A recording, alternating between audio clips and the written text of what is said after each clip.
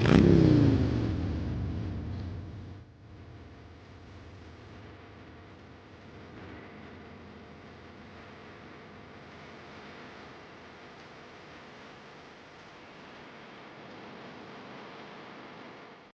we got done at the Canoe Museum, we took a leisurely ride into the Bannock and Bed here in Sucker Creek First Nation.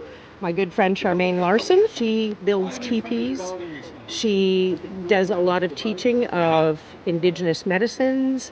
She is also the woman that I helped ride Turtle Island. So I was here and doing all of their ops management while her and a lady named Joan Jack rode the entirety of Turtle Island for the Missing Murdered Indigenous Women's Month.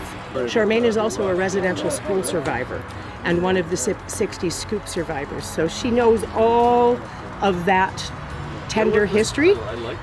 Charmaine is very rooted in her culture and is doing her very, very best to start teaching others. Welcome to the Bannock and Bed in Sucker Creek First Nation.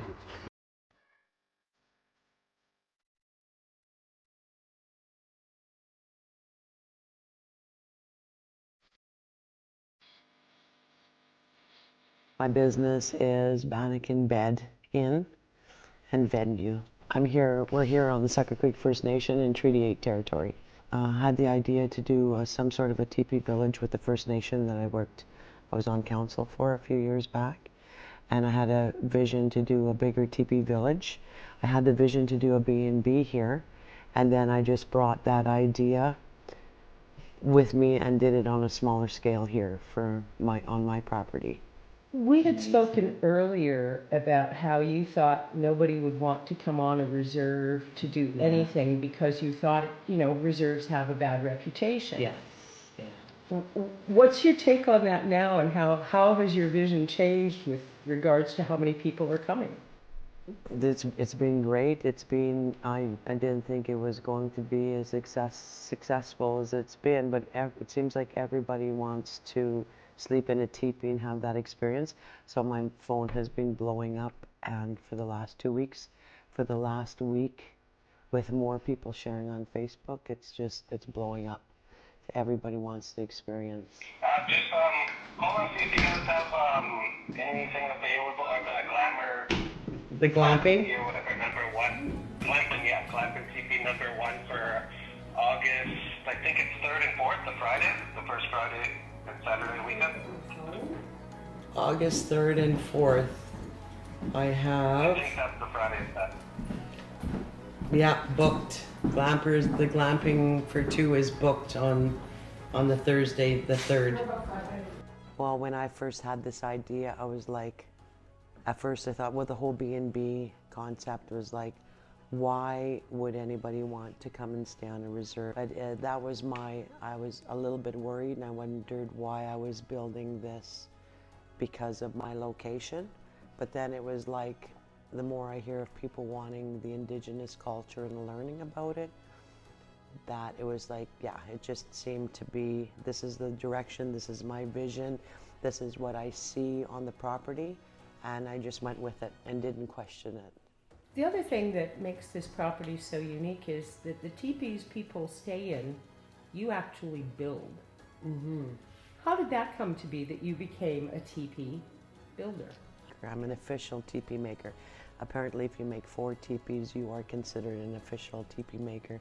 Tell us about raising the 30-foot community teepee and how that went, because I watched the photos on Facebook. I had so much anxiety because I was like, oh my God, I've never put anything this big up, and nobody has seen this size of a teepee up in this area. So it's a showstopper. When people drive by, they're like, wow. You can sleep, but this is kind of a little conference area, a meeting place. Just look at that. Real nice wood furniture, fire in the middle. You yourself are a motorcycle rider, have been for years and years and years. What does it mean to you to have a facility that you can welcome the chiefs and the different presidents from the Métis region and be able to have them come here and use this as a staging ground to go on such an enormously important ride? what it's giving our Indigenous peoples a sense of pride, and seeing how the rest of the world is loving this, and they're like, wow, because it's pride is what I'm wanting to give back. So many Indigenous people don't know their own culture. No, it was taken away from us. Because of the residential schools, the 60s scoop, the Indian Act. I mean, there were just so many things that went against the Indigenous culture that now it's almost like it's gotten into a renaissance. Everybody is finally awakening and wanting to understand.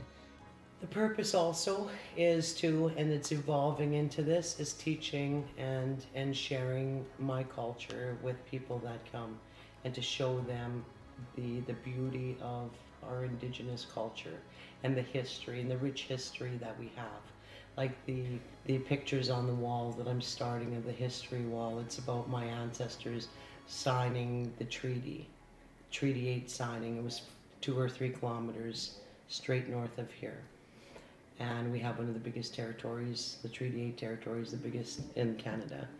And my family was part of that. And I'm just a rock's throw away from it. So it's amazing to be so close to something. It's rich in culture. It's rich in spirituality. And I want to share that with people. And I also want to share it with non-Indigenous, and I want to share it within the Indigenous people to show them their history. Yeah. And you get to treat people as a bed and breakfast. They can have a nice continental breakfast in the morning and coffee and tea and all of those other little amenities. Yeah. But also, you do entertain special requests for things like Indigenous cuisine, like Indian tacos. I usually always make bannock, and it's either raisin bannock in the oven for toast in the morning. That's always nice to have. And then I also make cheese bannock for dinners, or with chunks of cheese in the bannock, and it's very delicious. And then the fried bannock, like last night we had, because we had a group in, and I made Indian tacos for supper last night. So that's the bannock fried in the oil. So something we borrowed from the Scottish when they came to Canada. And we've just, it's great. So people think that bannock is from us Indigenous, but it's not. We borrowed it from our friends, the Scots. Thank you. But this was your first bannock? Yes, it was my first bannock. It was very good. I had no preconceived notions, but it was, and I wasn't expecting tacos on bannock, but it was very good. Delicious food. I think what I would like everybody to leave with and get when they're here is just a peaceful, good night's sleep. I feel that, I think, and I hear that there's a lot of people that don't sleep well. So when you do come and you sleep here, because of the energy here, everybody gets at least a good night's sleep, or their energy level just kind of mellows out. And we have a lot of different spaces in and around, and everything is kind of on a low key, no electric energy, no loudness, so you just feel calm. And that's what I want people to do, is just to sit back and enjoy the calmness and the good night's sleep and the good energy, and just have some quality time here. But what the Navajo does, they'll just say their little prayer, walk around the bike, and they'll splash a bit of water on their front tire, because water is also an element for prayer. Fire, water, earth, wind, that's all the elements. So I picked that up from the Navajos, because I usually smudge the bikes, but they do their prayer and safety, water on the tire, and it keeps you on the road, the highway, rubber on the pavement. Just a bit of that blessing.